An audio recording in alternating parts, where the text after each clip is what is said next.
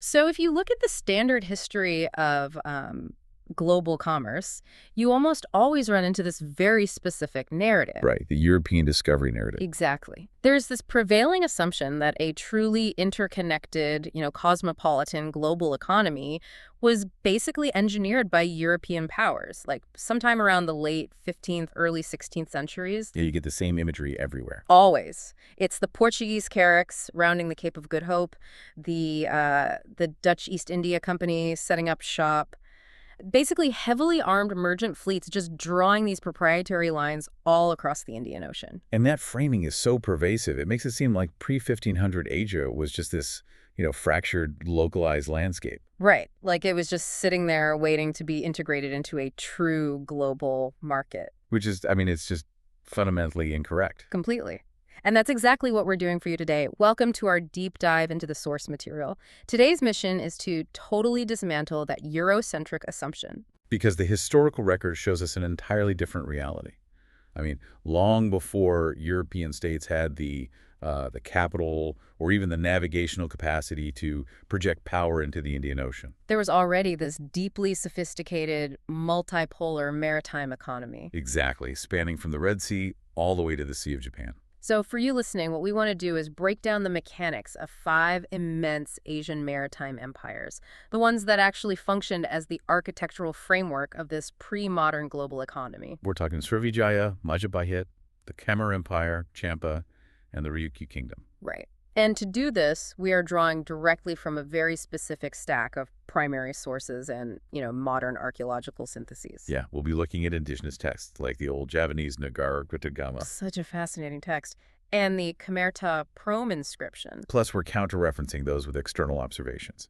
So, Chinese dynastic records from the Tang, Song, Yuan, and Ming dynasties. And obviously the material evidence from major maritime excavations. The goal here for you is to look past the standard chronicles of, just who was king when. We want to examine the actual mechanisms of their power. The port city systems, the warehouse monopolies, the tribute diplomacy. The real nuts and bolts of how they ran the world. Right. But it requires a real shift in how we conceptualize state power. Because today, we are so obsessed with the rigidly bordered nation state. Oh, absolutely. The idea of a central capital projecting uniform authority over, a defined chunk of land. But these polities we're analyzing today, they rarely operated on that logic. Their authority was fluid. It was networked. It was about controlling the movement of wealth across water, right? Not just hoarding physical territory. Exactly. They engineered authority through commercial choke points and ideological legitimacy. Yeah, I mean, the ultimate manifestation of that choke point logic has to be the Strait of Malacca. Oh, without a doubt. It's the narrowest maritime corridor connecting the Indian Ocean to the South China Sea. Right. If you're moving textiles from Gujarat to Guangzhou or, ceramics from Fujian to the Persian Gulf, geography basically dictates that you have to pass through this strait. You don't really have a choice. Right. And from the late 7th century until the late 14th century, the paramount power governing that exact corridor was the Srivijayan Empire. Centered primarily in Palembang on the island of Sumatra. And the thing you have to understand about Srivijaya is they didn't rise to prominence because they sat on massive deposits of gold or anything. Or monopolized agricultural production. Right. Their entire economic engine was built on controlling the transit of other people's commodities. And that control was largely dictated by the physics of the Asian monsoon winds. This is such a cool detail. Walk us through the winds. So the maritime trade of this era was strictly seasonal. From roughly December to March, the northeast monsoon blows down through the South China Sea. Okay, carrying the Chinese fleets southward. Exactly. Then the winds shift. So from June to September, the southwest monsoon carries Arab, Persian, and Indian shipping across the Indian Ocean towards Southeast Asia. But those two wind systems don't perfectly overlap, do they? No, they don't. And that's the kicker. Merchants couldn't just sail straight from Arabia to China in a single unbroken journey. They were physically forced to stop. Right, stuck in the Strait of Malacca. Sometimes for up to 6 months, just waiting for the winds to turn. So for you listening, imagine this. That geographical trap is the entire foundation of Srivijaya's wealth. Because the merchants had to wait, Srivijaya basically built this massive logistical infrastructure to service them, Right, they essentially ran a mandatory warehousing syndicate. like a medieval toll booth. Exactly, like if a Persian dhow arrived in Palembang, the Srivijayan authorities provided secure anchorage, they provided warehouse facilities to keep the cargo safe from the weather. Provisioning for the crew. Yeah, and a marketplace to trade with the Chinese merchants who were also just sitting there waiting out the season. And Srivijaya took a cut of every single transaction. Anchorage fees, taxes on stored goods. Yeah. It was incredibly lucrative. But, and this is where it gets a little dark, the mandatory nature of the system is where the hard power really comes in. Right, because the Strait of Malacca is notoriously treacherous. It's full of mangrove swamps, thousands of small islands. It's geographically perfect for piracy. So what does Srivijaya do? They integrated the local seafaring populations, the Orang Laut, into their state apparatus. The Srivijaya Navy basically operated as a state-sponsored protection racket. Yeah. Like, if you agreed to port at Palembang and pay their exorbitant fees, the Orang Laut gave you safe escort. But if you didn't, Right, if you tried to bypass them to trade with some smaller, independent riverine chief, the Srivijaya Navy would hunt you down, confiscate your cargo, and slaughter your crew. and we see this aggressive enforcement so clearly in the epigraphy, like the Kota Kapur inscription. Oh, from 686 CE, right? It's exactly found on the island of Banka, right at the edge of Srivijayan territory. It specifically documents this massive military expedition. 20,000 Srivijayan troops departing to punish a region they called Bumi Java. Which scholars think were rival commercial ports on neighboring islands, Well, right? yes. It's this very blunt public warning. Srivijaya systematically dismantled any independent rivermouth polity that tried to compete with them. So they operated this brutal, highly extractive monopoly to maintain their wealth. They did. But, military force is incredibly expensive. You can't just patrol your way into holding a multi-ethnic commercial network together for 7 centuries. Right, you need something else to bind it all together. You need soft power. And Srivijaya used a highly sophisticated application of religious soft power. They positioned themselves as a preeminent center of Mahayana Buddhist learning. Which wasn't just about personal faith for the rulers, was it? Not at all. It was a deliberate geopolitical strategy. And we know this largely from the account of this Chinese Buddhist monk Yi Jing. Right? He spent several years in Palembang, starting around 671 CE. He was on a pilgrimage to India, right, to the Nalanda University to get original scriptures. Yeah, and his records are amazing. He notes that Palembang hosted over 1,000 Buddhist monks studying Sanskrit. 1,000, that's massive for that time. It is. He even explicitly advised future Chinese pilgrims that before they went to India, they should spend a year or 2 in Srivijaya just to learn proper Sanskrit grammar. So Srivijaya had basically built this massive academic and religious hub, like an Ivy League university for the continent. And think about the administrative logistics to support 1,000 foreign monks. You need scriptoriums, immense stores of palm leaves for copying texts. Specialized diets, right? Exactly. And translators who can navigate Old Malay, Sanskrit, Middle Chinese. It was a massive undertaking. But by subsidizing all of this, they created a shared cultural vocabulary. The viharas, the monasteries, they basically acted as nodes of diplomatic exchange. Right, so when a Srivijayan envoy shows up in Tang China or at the Chola court in southern India, they aren't just seen as, like, peripheral traders. No, they're recognized as highly cultured members of this broader Buddhist world. But they also weaponized that exact same religious authority against their own people, didn't they? Oh, absolutely. You have to tell them about the Talaga Batu inscription because this blew my mind. Yeah. Also from the late 7th century.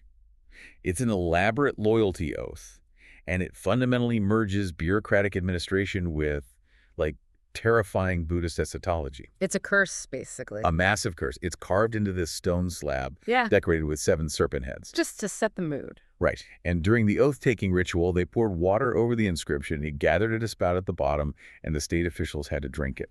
And the text lists everyone. Everyone, from the crown prince and regional commanders all the way down to the palace washermen and record keepers. And what does the curse actually say? It guarantees that if any official commits treason, the magical properties of that water will literally tear them apart from the inside. It's horrible. And subject them to very specific, agonizing punishments in the various Buddhist hells. So it's this wild fusion of psychological terror and administrative precision. Which was vital for holding their mandala system together. And They applied that same level of strategic calculation to their foreign diplomacy. Especially with the Tang dynasty in China. Right. Beginning in the 670s, Srivijaya sent highly regular tribute missions to the Chinese imperial court. Now, for you listening, the concept of tribute is often really misconstrued. Yeah, it sounds like submission. Exactly. The Chinese tributary system demanded that foreign states acknowledge the absolute supremacy of the emperor. You perform the kowtow, offer local goods, and get officially invested as a vassal. It sounds deeply subservient. But if you look at the actual trade imbalances of these missions, Srivijaya was executing a brilliant economic maneuver. Because the Tang dynasty operated under strict Confucian economic philosophies. They viewed independent merchants with deep suspicion. Right. The Chinese state frequently just banned private overseas trade altogether. So the only legal way to access the immense Chinese market was under the guise of an official tribute mission. Ah, the loophole. Exactly. Srivijaya recognized this administrative loophole immediately.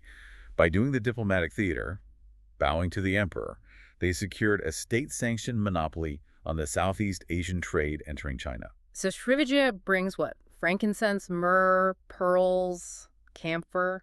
And the Chinese court, bound by the principle of imperial generosity, was obligated to bestow gifts of silk, ceramics, and copper coinage that were of far greater value. It's literally a highly profitable commercial exchange wrapped in the bureaucratic language of submission. It's brilliant. It is. The Srivijayan model really demonstrates the absolute power of controlling the choke point. But, and there's always a but, relying entirely on transit taxes leaves an empire vulnerable, right? Oh, very. If the trade routes shift, or if the supply of the actual commodities is disrupted, you're in trouble. Which brings us to our second empire. Yeah. By the late 13th century, the center of maritime gravity shifts south and east, away from the Strait of Malacca down to the island of Java. The rise of the Majapahit Empire. And this represents a fundamental change in economic strategy. Majapahit didn't just want to control the toll booth like Srivijaya. No, they wanted to actively control the primary sources of the world's most valuable commodities. And the origin story of Majapahit in 1293 is just incredible. It happens amid all this intense geopolitical chaos, specifically the southern expansion of the Mongol Yuan dynasty. Right. Kublai Khan had dispatched this massive naval expedition to Java. Something like 1,000 ships and 20,000 to 30,000 troops. Which is an insane logistical undertaking. He sent them to punish the king of Singasari for mutilating a Mongol envoy. Which, obviously, you don't do to the Mongols. Never a good idea. But think about the challenges of moving a force that size from China all the way to Java. Tropical diseases. Unfamiliar terrain. Yeah. And again, the strict constraints of the monsoon winds. Their window for operation before having to sail back was severely limited. And this local Javanese prince, Wijaya, he sees this, and he perfectly exploits those logistical weaknesses. He really does. Instead of fighting the Yuan fleet directly, Wijaya formally submits to the Mongol commanders. He's like, hey, let me help you. Right. He offers his intelligence and his local forces to help the Mongols navigate the Brantis River Valley and destroy his own regional Javanese rival in Kadiri. And the Mongols take the deal. Their heavy infantry and siege engineers just crush the Kadiri forces. But the moment the campaign is won, the Yuan forces are exhausted. They're overextended, they're preparing to divide the spoils. Wijaya turns on them. Just a massive coordinated ambush against the Mongol encampments. And the Mongols couldn't really fight back effectively, right? No, because of the changing monsoon winds. The Yuan commanders knew they couldn't endure a protracted counterinsurgency campaign, so they just evacuated back to their ships and retreated to China. So Wijaya just uses the massive power vacuum created by the Mongols to establish his new capital at Traolin. And boom, the Majapahit Empire is founded. It's a remarkable application of asymmetrical warfare. It really is. But Majapahit's true architectural vision for maritime dominance really materialized under their prime minister, Gajah Mada, in the mid-14th century. Gajah Mada is a fascinating figure. He recognized that Java's massive agricultural output, specifically their rice surplus, could be used to finance and supply a vast maritime network. One that extended way beyond their immediate island. And this geopolitical intent is codified in his famous Palapa Oath. Recorded in the old Javanese historical chronicle, the Periton. Right. Gajah Mada stands before the royal court and explicitly swears that he will not consume palapa, which translates roughly to spices or like worldly pleasures, until he had conquered the entire archipelago from Majapahit. And he specifically names regions all across modern-day Indonesia, Malaysia, and Singapore. And we see the manifestation of that oath detailed in the Nagarakretagama, right? Yes, that's a court eulogy composed in 1365 by a Buddhist monk named Mu Prapanka. It meticulously lists 98 tributary territories that acknowledged Majapahit's suzerainty. 98 territories. That list stretches from the gold-producing regions of Sumatra in the west, across the coastal ports of Borneo, all the way to the Maluku Islands in the extreme east. Which is huge, because the Maluku Islands were the only place on Earth at the time where nutmeg and cloves grew natively. And the ideological framework here is crucial for you to understand. Majapahit conceptualized their sphere of influence through this concept of Nusantara. Meaning the outer islands. Right. They utilized this highly syncretic Hindu-Buddhist state ideology. The Majapahit king was presented as this supreme divine authority. And the outer islands were bound to the Javanese center through this complex web of tribute, military intimidation, and economic dependency. They were deliberately trying to integrate a highly disparate multi-island geography into a single centralized commercial bloc. But actually managing that commercial bloc required some really sophisticated administrative mechanisms. Specifically, what they called the passenger system. The coastal ports. Right. Majapahit integrated the major port cities along the northern coast of Java, cities like Surabaya, Gresik, and Tuban. And these ports were basically the physical interface between the agrarian Javanese interior and the international maritime routes. Exactly. And to handle the incredible diversity of merchants flowing through these ports, the Majapahit administration recognized and empowered specific commercial organizations, the most notable being the Banagrama. Which essentially functioned as, like, semi-autonomous merchant guilds, right? Or chambers of commerce. Yeah. A port like Gresik would host distinct quarters for Chinese, Gujarati, Arab, and indigenous merchants. And managing the legal disputes, the tax collections, the linguistic barriers of all those different communities. It would have been an absolute logistical nightmare for the royal court. So the Banagrama standardized these interactions. Yes. And more importantly, they managed the complex currency exchanges. Because during the Majapahit period, the sheer volume of trade meant that barter was just no longer efficient. Right. You can't just trade chickens for spices at that scale. Exactly. The empire heavily adopted Chinese copper cash, known locally as keeping, or pieces, as the standard denomination for daily market transactions. Well, larger bulk trades were still negotiated in gold and silver bullion. Right, so the Banagrama ensured standard weights, measures, and exchange rates across these diverse groups, while also making sure the royal tax collectors got their precise percentages. It sounds incredibly well-oiled. But, Yeah. you know, the Nagarakretagama's portrayal of this undisputed, harmoniously integrated Nusantara, it kind of masks the deep fragility of Majapahit's political structure. It does. Yeah. Because they operated on a mandala system. Authority radiated outward from the central court at Traolin. Right. So the closer a territory was to the center, the tighter the administrative control. But in the distant outer islands, Majapahit's authority relied entirely on the perceived strength of the central ruler and, the looming threat of their naval feats. And when central leadership pushed too hard, that mandala structure fractured violently. Which brings us to the Bubat incident of 1357. This is the prime example of that systemic failure. The Bubat tragedy really exposes the limitations of aggressive imperial integration. Walk us through what happened. So King Hayam Wuruk of Majapahit had arranged a diplomatic marriage with Sitra Rashmi, who was the princess of the neighboring Sunda kingdom in western Java. And Sunda was one of the few polities on the island that hadn't been fully absorbed into the Majapahit hegemony yet. Right. The marriage was intended to be an alliance of equals, a way to secure Sundanese cooperation peacefully. Makes sense. So the Sundanese king and his royal entourage traveled to the port of Bubat, just outside the Majapahit capital, to conduct the wedding ceremonies. But Gajah Mada, the prime minister with the Palapa oath, he sees this differently. Very differently. He viewed Sunda's independence as a direct violation of his oath. He intercepts the Sundanese delegation to Bubat and unilaterally demands that the princess be handed over not as a royal bride, but as an official tribute payment. Which is a stark acknowledgement of submission. A total insult. The Sundanese king obviously refused. So what does Gajah Mada do? He deploys the Majapahit military and completely surrounds the royal encampment. Facing total humiliation, the Sundanese royal guard chose to fight to the death. It resulted in the massacre of the entire delegation. And the subsequent suicide of the princess. It was horrific.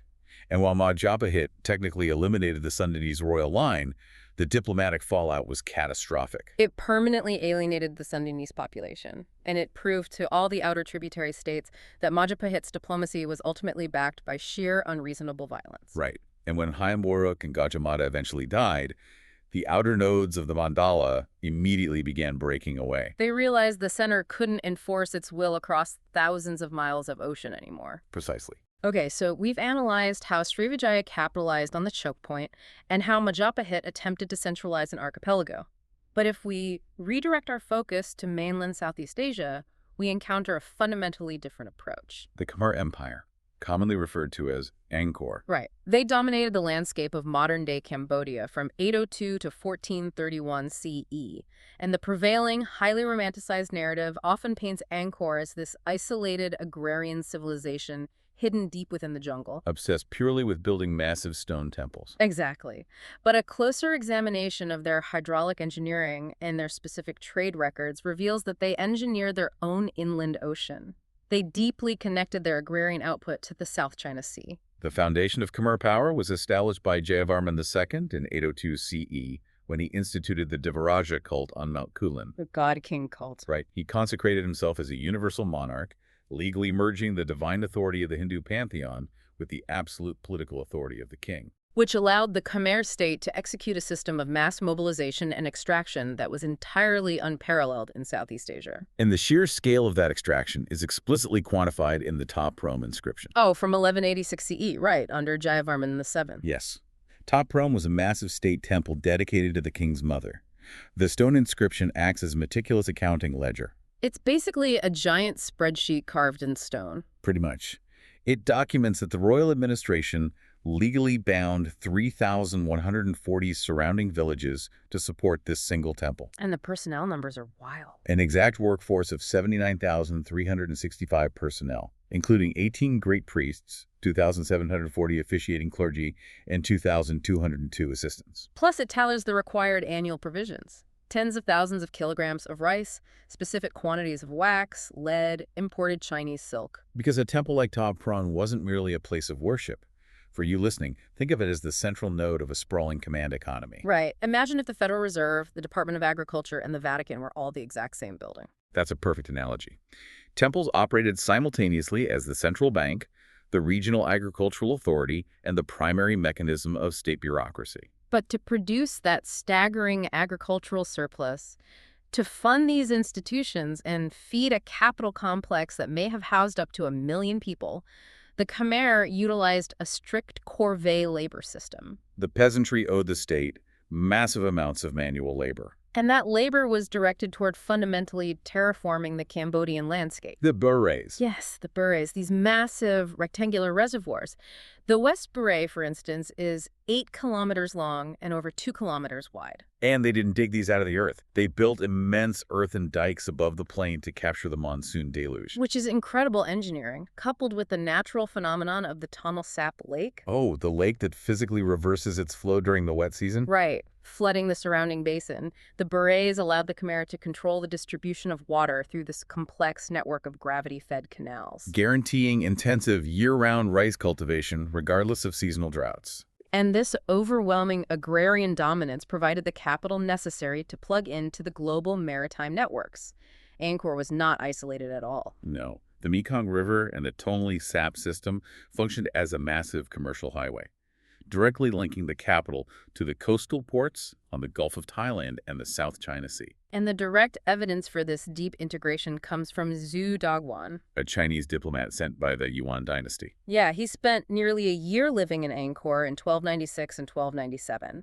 His account, The Customs of Cambodia, is incredibly granular. It really is. He notes that the Khmer imported vast quantities of Chinese goods, specifically green porcelains from Quanzhou, silk umbrellas, lacquerware, iron pots. And in exchange, the Khmer exported high-value forest products, elephant tusks, rhinoceros horn, cardamom, and the highly prized kingfisher feathers, which were in massive demand in China for aristocratic jewelry. Zhu Dagwan even explicitly notes that there was a thriving community of Chinese merchants who had permanently settled in Angkor, marrying local Khmer women because of their sharp business acumen.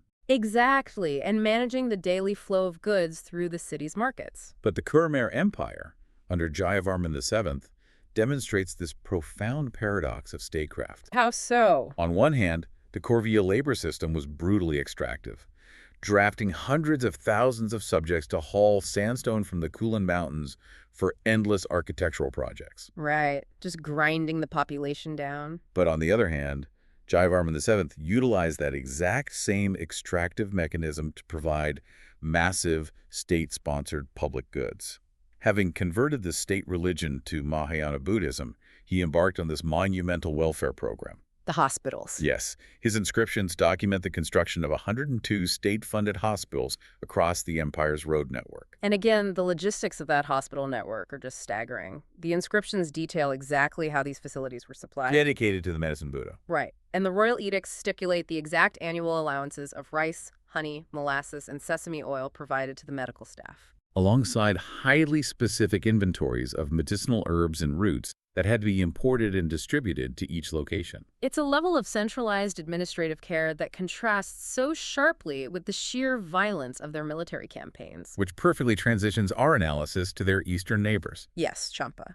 Because while the Khmer Empire relied on absolute centralization, hyper-engineered agriculture, and rigid command economies, the polity situated right next door to them operated on the exact opposite logic. Champa was the ultimate decentralized maritime federation. Based along the coast of modern-day Vietnam, surviving for 16 centuries. From roughly 192 CE until the early 19th century, Champa dominated the nearshore commercial route.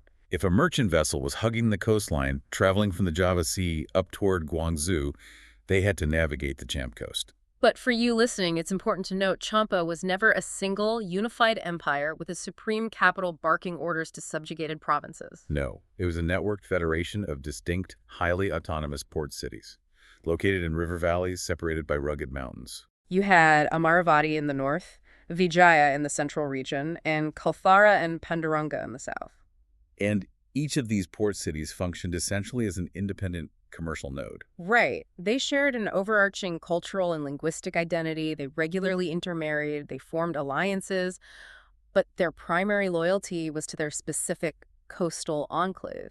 Because their hinterlands were mountainous and agriculturally poor, at least compared to the massive floodplains of the Mekong, the Cham economy was entirely dependent on servicing foreign shipping. And exporting highly specialized highland aromatics, specifically eaglewood and camphor, which they traded with indigenous upland tribes to acquire. Now, because their absolute survival relied on attracting international merchants to their ports, the Cham developed one of the most remarkably cosmopolitan and flexible societies in pre-modern history. While their ruling elite heavily patronized Shaivite Hinduism and indigenous goddess cults, they were highly receptive to foreign religious integration.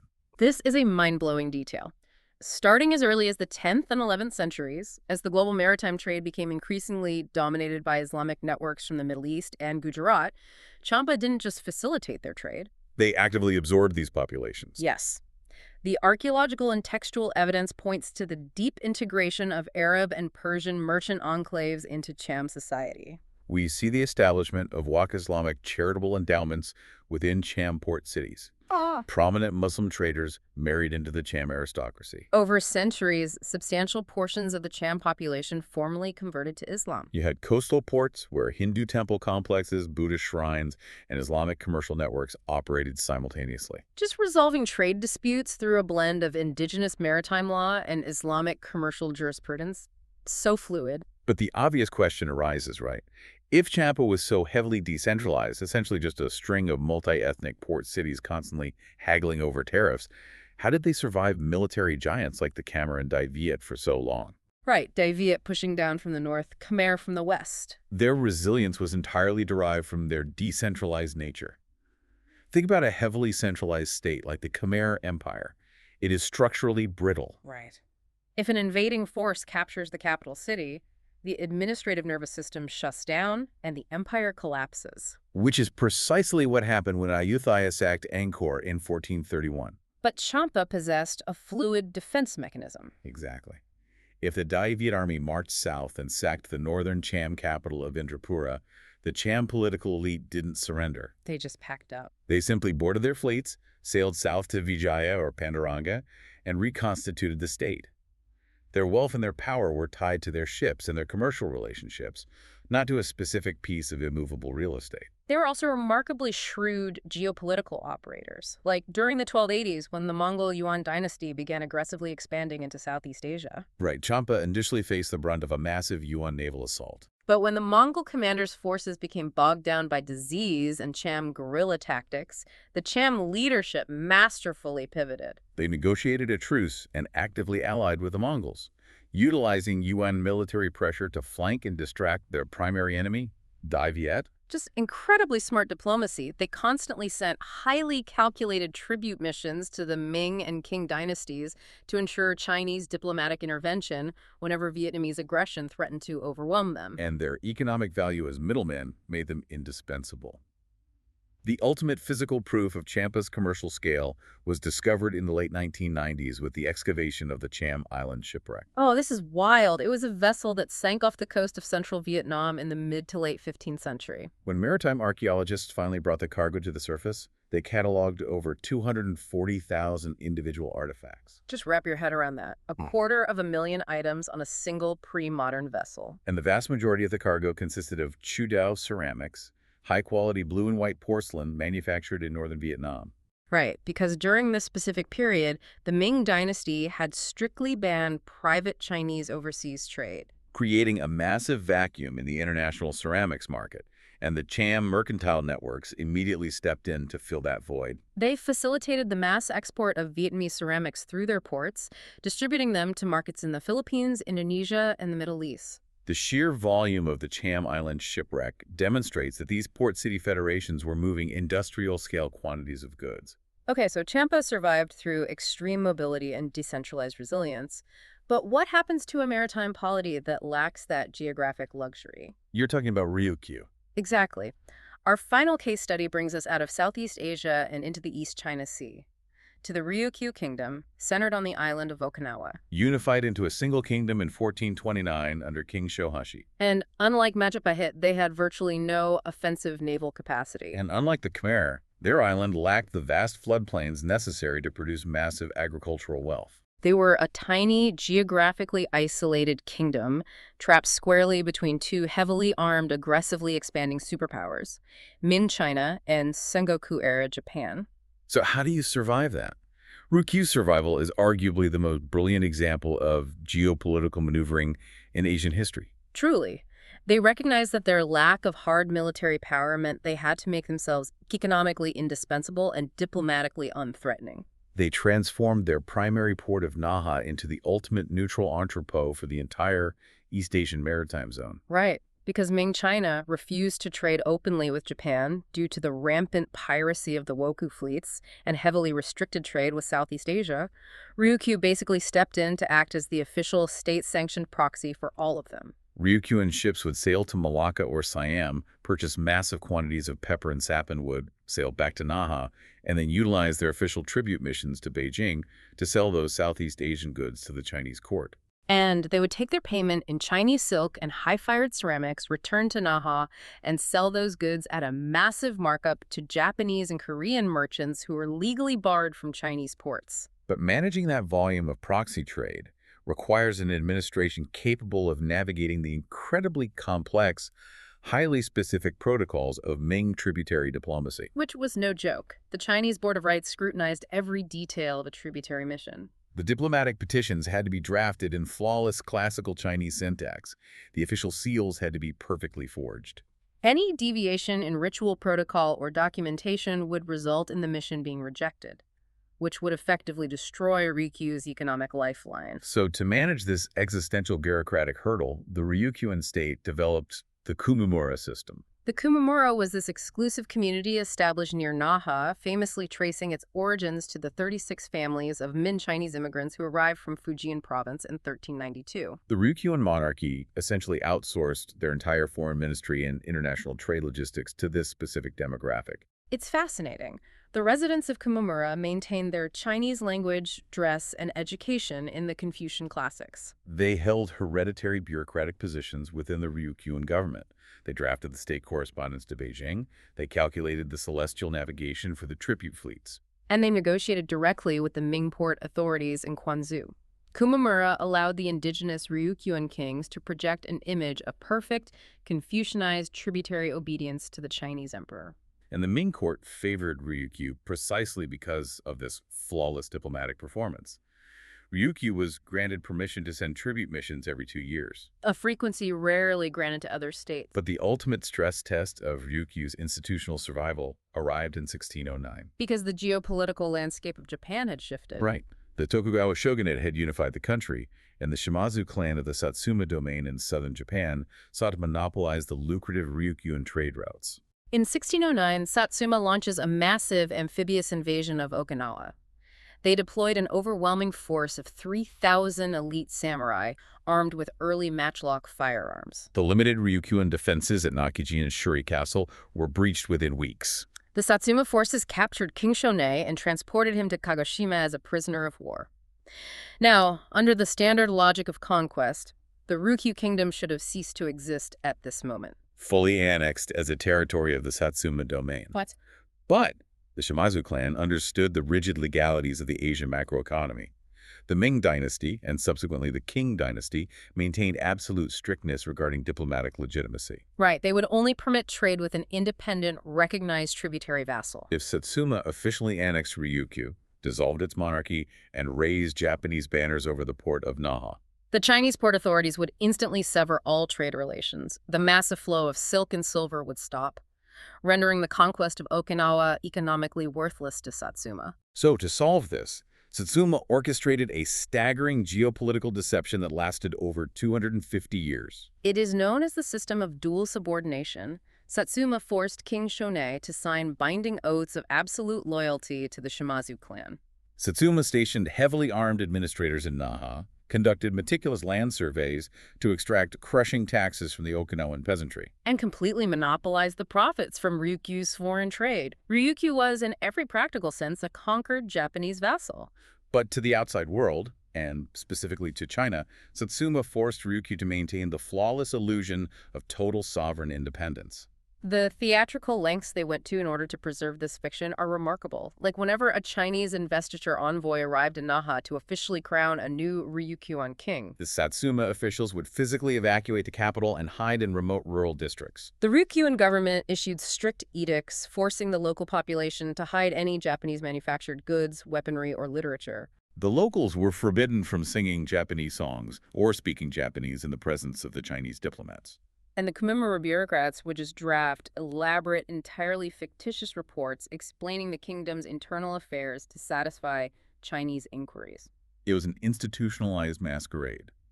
Satsuma extracted the wealth, Ryukyu performed the rituals, and China maintained its ideological superiority as the center of the world. Basically choosing to officially ignore the rumors of Japanese involvement because the flow of goods was just too beneficial to disrupt.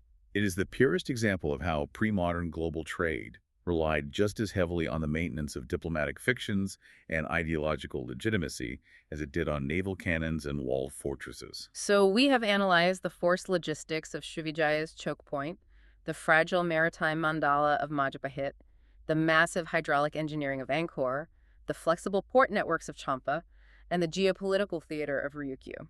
And these aren't isolated case studies. They are the architectural blueprints of how maritime power functions. And you can see the structural descendants of these 5 empires visibly active in the modern world today. Absolutely. Think about the Association of Southeast Asian Nations ASEAN. It operates as a multi-ethnic, consensus-based commercial bloc that distinctly echoes the decentralized federation logic of Champa. Or the modern state of Indonesia. They explicitly draw their national identity, their geographic borders, and even their state motto from the Majapahit concept of an integrated Nusantara. Modern free trade zones and automated logistics hubs in Singapore or Dubai operate on the exact same principles of neutrality, standardized exchange, and protected warehousing that Ryukyu and Srivijaya perfected centuries ago. The mechanisms of propulsion and communication have evolved from monsoon winds and palm leaf manuscripts to diesel engines and fiber optic cables. But the fundamental logic of extracting wealth by controlling the nodes of a maritime network remains entirely unchanged. Which brings us back to the premise we started with. The historical narrative tells us that the modern, rigidly bordered nation-state is the ultimate, inevitable evolution of human political organization. But when you looked at the immense longevity, the massive wealth generation, and the sheer cosmopolitan adaptability of these pre-modern networked maritime empires, you have to question that assumption. Here is a final thought for you to mull over. As capital, data, and culture become increasingly fluid and borderless in our 21st century digital autonomy, it is entirely possible that the sharply bordered territorial state is actually the historical anomaly. We might not be moving forward into a new geopolitical reality. We might actually be reverting back to the deeply networked, structurally fluid logic of the pre-modern port city. Thank you for joining us for this deep dive into the sources today. We will see you next time.